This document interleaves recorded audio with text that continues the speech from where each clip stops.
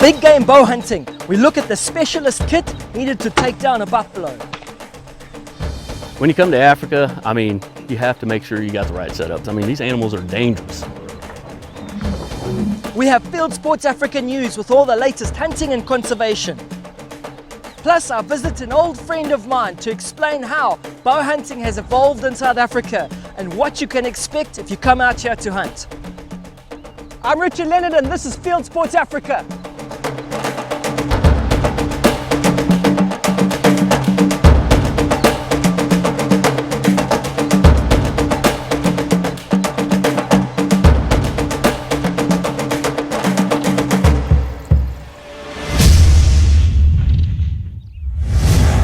Welcome back to Fieldsports Africa. Today's show is all about bow hunting in South Africa. First up, we're off to the Limpopo province for some walk and stalk bow hunting with my good friends Cody Pratka and Russell Kime. Russell and I have been talking about hunting Cape buffalo on bow and the many challenges you face with trying to pull off walk and stalk bow hunting on dangerous game animals here in Africa. Cody also had the desire to bow hunt a buffalo, so we had a huge task at hand. We all headed off into the bush and Werner, our PH, got us straight onto the tracks. This would be our first strategy in establishing where the herd was. And sure enough, it wasn't long and we were onto them. I just think as any bow hunter, you want to come to Africa. That's the ultimate goal, is to come out here. There's so many options out here as far as animals. The big five, that's the kind of one of the goals. It's just an ultimate goal for a bow hunter is to come to Africa. We managed to get up to 60 yards, but Russell and Cody really wanted to get within an optimum range of 30 yards and a maximum range of 50 yards. But we just couldn't close the gap in the morning. We decided to head on back to the ranch for lunch, and I asked Cody and Russell to talk me through some of their preparation before coming out to Africa. These guys have come out here specifically to focus in on walk and stalk bow hunting. And let me tell you, it is a huge challenge here in Africa. I am super excited to learn from you guys. Take us through some of the equipment and everything that you've got together and teach us. Show us how you've done it, man. When you come to Africa, I mean, you have to make sure you got the right setup. I mean, that's the most important thing. And the reason is, I mean, these animals are dangerous. I mean, they can kill you, and you've got to make sure you get the right penetration. You got to make sure you're using the right setup, or, you know, things can go really sour. I mean, let's face it, it's not cheap to come over to Africa, you know, and hunt dangerous game. So you want to make sure you do it right the first time, because that may be the only time you have. We were at a Dallas Safari Club convention, and met a guy named Garrett here with Grizz Sticks. And man, I spent a lot of time with him, and man, he really educated me on what I needed while I was here hunting buffalo. And I've been a bow hunter all my life, and I've never seen anything like this. There's nothing else like it on the market that I know of personally. So it actually tapers down. If you can see here, it's a lot thinner than it is when it gets down here. Wow. You know, the forward weight, I mean, makes this thing act like a lawn dart, because you really need that extra weight to penetrate these thick-skinned animals.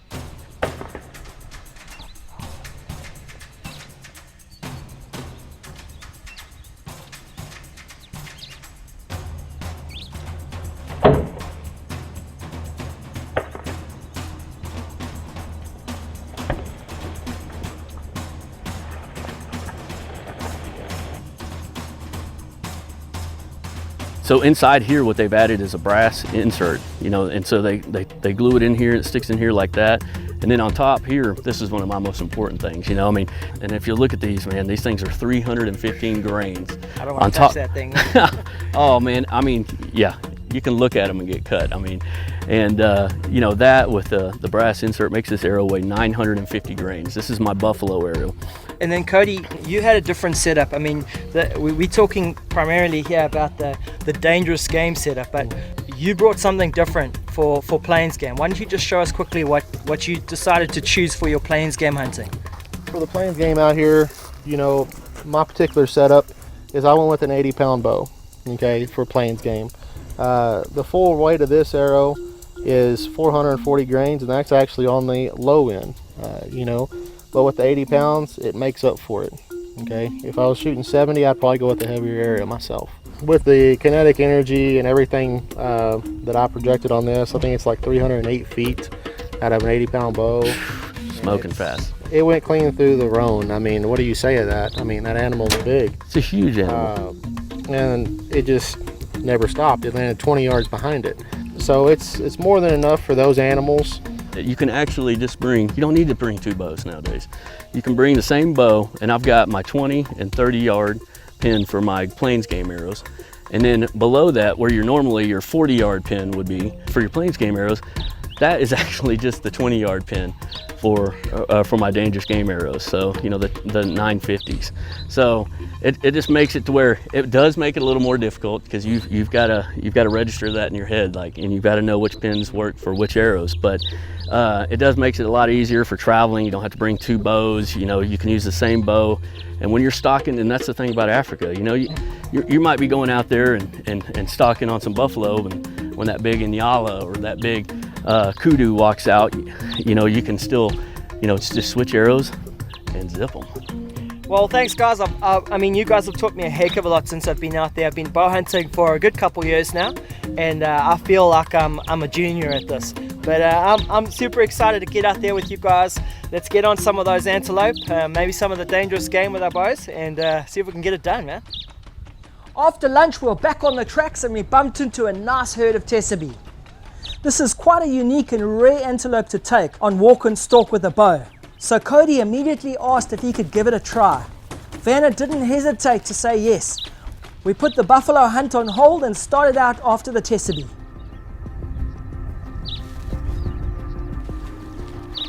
We come up on the Tessabe when we were glassing, and they kind of stuck out as an animal that reminded me of kind of some of the animals back home.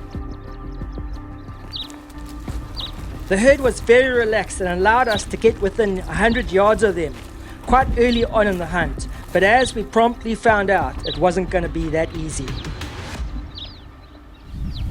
think they're going to try to stay on top of the flat. They're cool looking animals, really beautiful reds and black color patterns to them, and they fit the profile of what I was wanting. It was kind of a no-brainer at that point, and we moved forward with that pretty aggressively starting off. And I think that's one of the reasons the first stock really failed, is I was a little too aggressive with it. You know, they're a lot smarter than you think they are. What was also putting pressure on the hunt was the fact that there was buffalo and sleeping hippos potentially in close proximity to us. Savannah had to be well prepared and alert at all times for a potential incident. To say I'm not nervous is an understatement.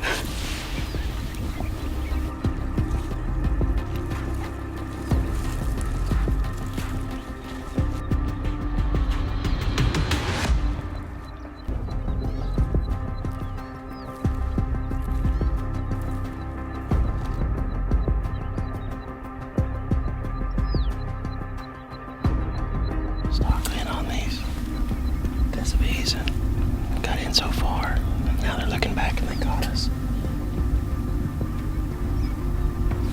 Pulling at us a little bit because they're just telling us that they know we're here. We'd saw these animals every day between 10:30 and 11 would go over to this one spot to drink water. It had a real big bank on it that I could get up over. And so at that point, we start getting everything ready, and we got to make a move because I don't know how long they're going to take down there before they get done.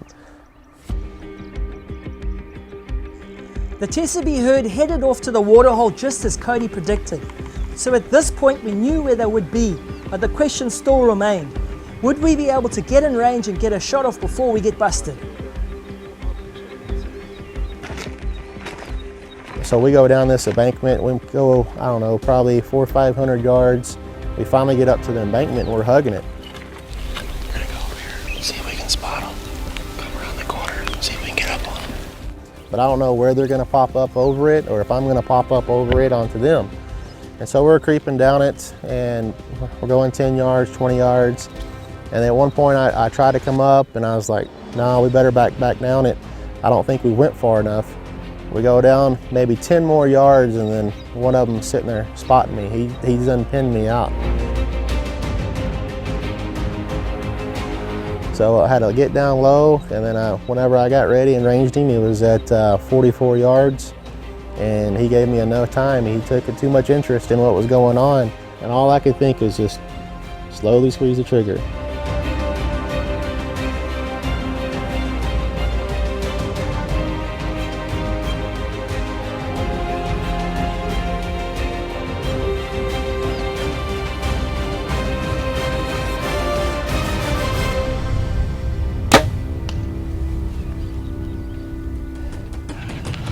It's been a quest to get that one.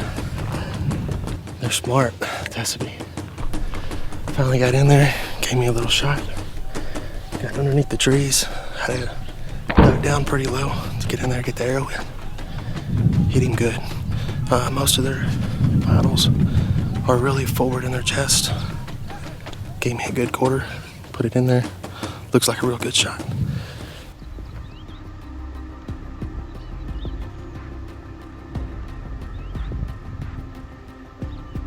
The animal didn't go 50 yards, and in a matter of moments it had passed away.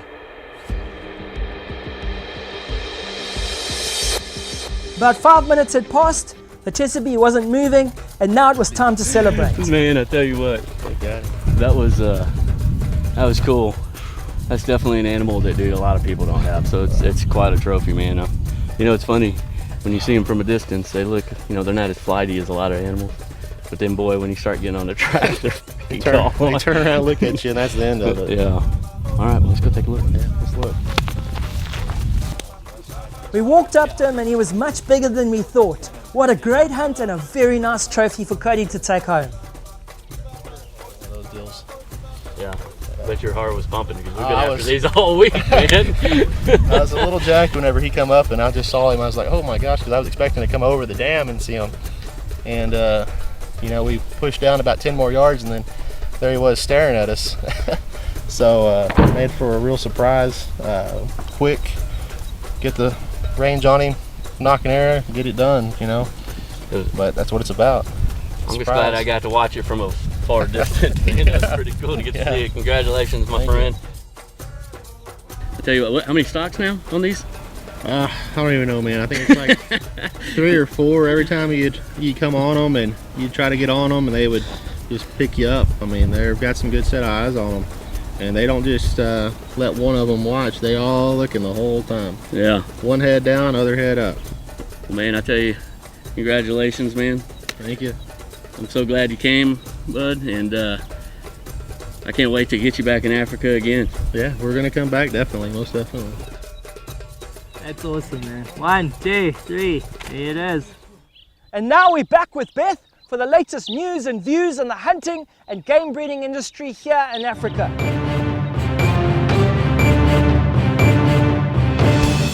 Welcome to African Wildlife News. I'm Beth Sylvester. South Africa's State Security Minister is reportedly linked to a Chinese organised crime figure and rhino poaching syndicate. In a recent report, Mr. Huang, a massage parlour owner, stated that the South African State Security Minister, David Mahlobo, is a regular at his parlour, and they know each other very well. It turns out that Mr. Huang is also a renowned rhino horn trafficker, and he bragged about his influence over certain individuals in the South African government. 5 Botswana lionesses have grown manes and are even starting to act like males. 5 wild lionesses in the Marimi Game Reserve of Botswana have developed masculine traits, including growing manes and trying to mate with other females. One lioness has even killed 2 cubs, a behaviour that's usually reserved to males.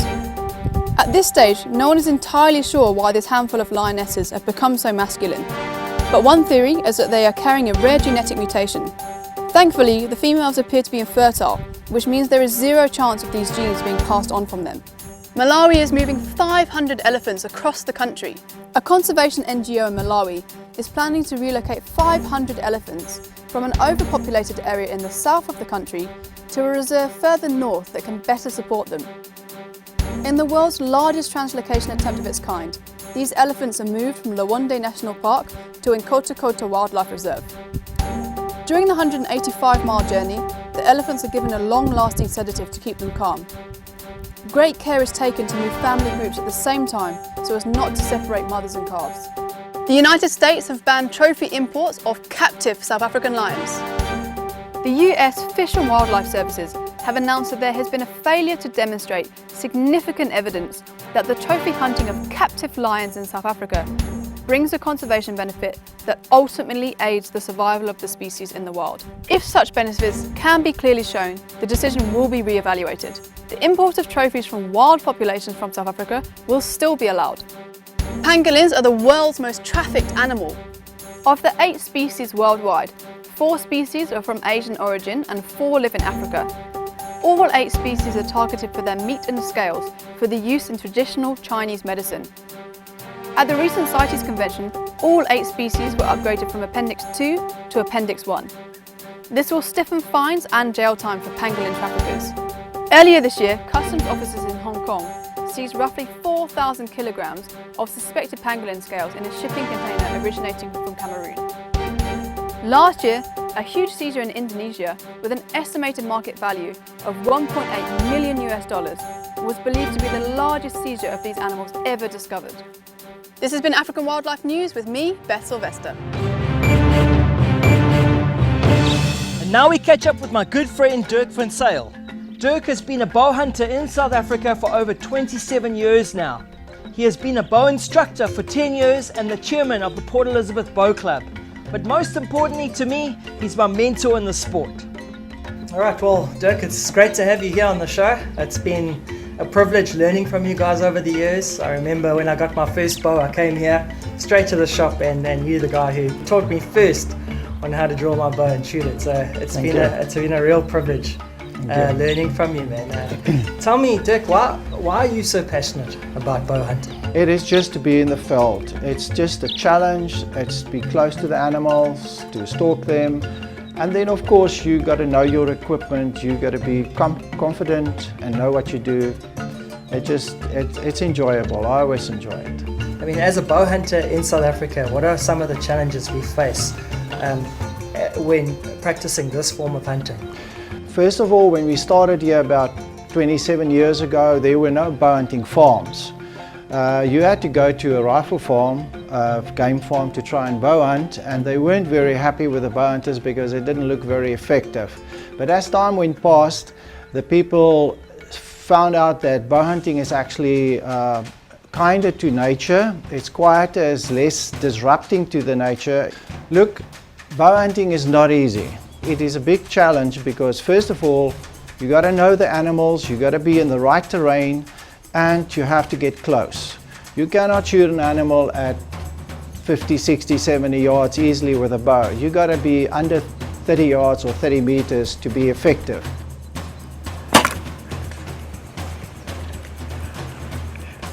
Wait, it's going down, Beautiful, a lot bigger than I expected. That was just the most perfect hunt. Oh my gosh. And I think that's one of the big challenges with bow hunting when you do walk and stalk. Once you go to game farms with hides and blinds, then you have got it a bit easier. But still, you got to know what you do, you got to prepare yourself properly. And I think that's the biggest challenge with bow hunting compared to any other type of hunting.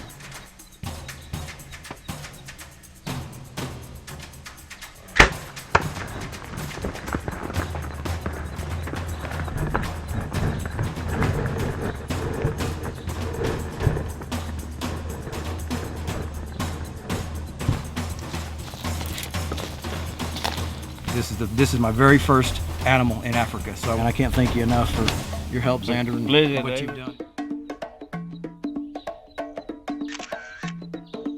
So when you get to bows, obviously you get your different types of bows. The main two bows are the compound bow and then the traditional bow. If you want to hunt with a traditional bow, you have to practice a lot. You have to be good, and you got to be close to the animal because your accuracy is not so good as with a compound bow, for instance. A compound bow is very, very accurate. If you use, for instance, a single pin sight like that, you can adjust it at any distance, and once it's set up properly, if you're feeling good, you can shoot an accurate shot at 60 yards and hit a spot like this. I get asked the question a lot, Dirk, about the difference between a fixed blade broadhead and a mechanical broadhead. So would you just share with me some of the differences? Well, a fixed broadhead has normally got a better angle for penetration. It's stronger, but it's open. If it's not perfectly lined up with the shaft of the arrow, it can steer the arrow because it catches the wind a lot. So you can get the fixed broadhead will not penetrate or shoot exactly where your field point or your target point shoots. So that's got to be important, and your bow's got to be tuned very accurately to shoot an arrow very straight, launch it straight, so you don't get wind planing over the open blaze. Mechanical broadhead is closed up like this, so you see very little resistance to wind and you don't get wind planing on this. So it shoots just like your field point 99% of the time, which makes it nice for the average guy to use. These blades have got to hit something to open them up, and that takes some energy out of the penetration of the arrow. So you can't use a very light arrow and a weak bow when you shoot these broadheads. But once they open, they cut nicely and they penetrate okay. So basically that is the big difference. Dirk, tell us a little bit about the different styles of bow hunting we have here. In South Africa, because we started from scratch, we normally walk and stalk. You get a spot and stalk where you would sit on the hill, you would check out where you find an animal with your binoculars, and then you would plan a stalk. And then you would go and try and get the wind right, get the terrain right and everything, and you stalk the animal, see how close you can get to it. And when you get within your correct limit and the animal is standing correctly, you can be successful. The other method is still hunting, where we walk in our Eastern Cape bushes here very often. You've got limited vision, you walk as quiet as you can, you use special stuff under your feet, or you walk in socks, and that's called still hunting. You might come around a bush and see an animal at 20 yards, and then you can try and get it before it spots you or run away. And then obviously the game farms now have all specialized into hide hunting. So they build hides, which can be ground hides, elevated hides, or pit blinds, where you sit inside the ground actually and just stick out above it with a coverage, and you shoot through a hole. And they normally lure the animals closer to the hides with water and feed.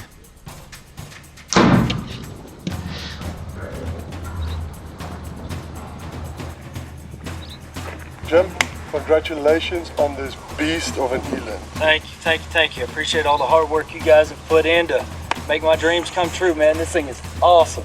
So basically it's hide hunting, walk and stalk, or still hunting. That's basically what we do. Well, thanks Dirk for being on the show and sharing your knowledge with us, man. It's been great having you and learning from you. And, thanks, Richard. Looking forward to many more years of great knowledge coming from you as we continue on this bow hunting sport. All the best for you. Thank you very much. It's great visiting with Dirk. He always has something new to teach me, and I'm really looking forward to the next time we meet.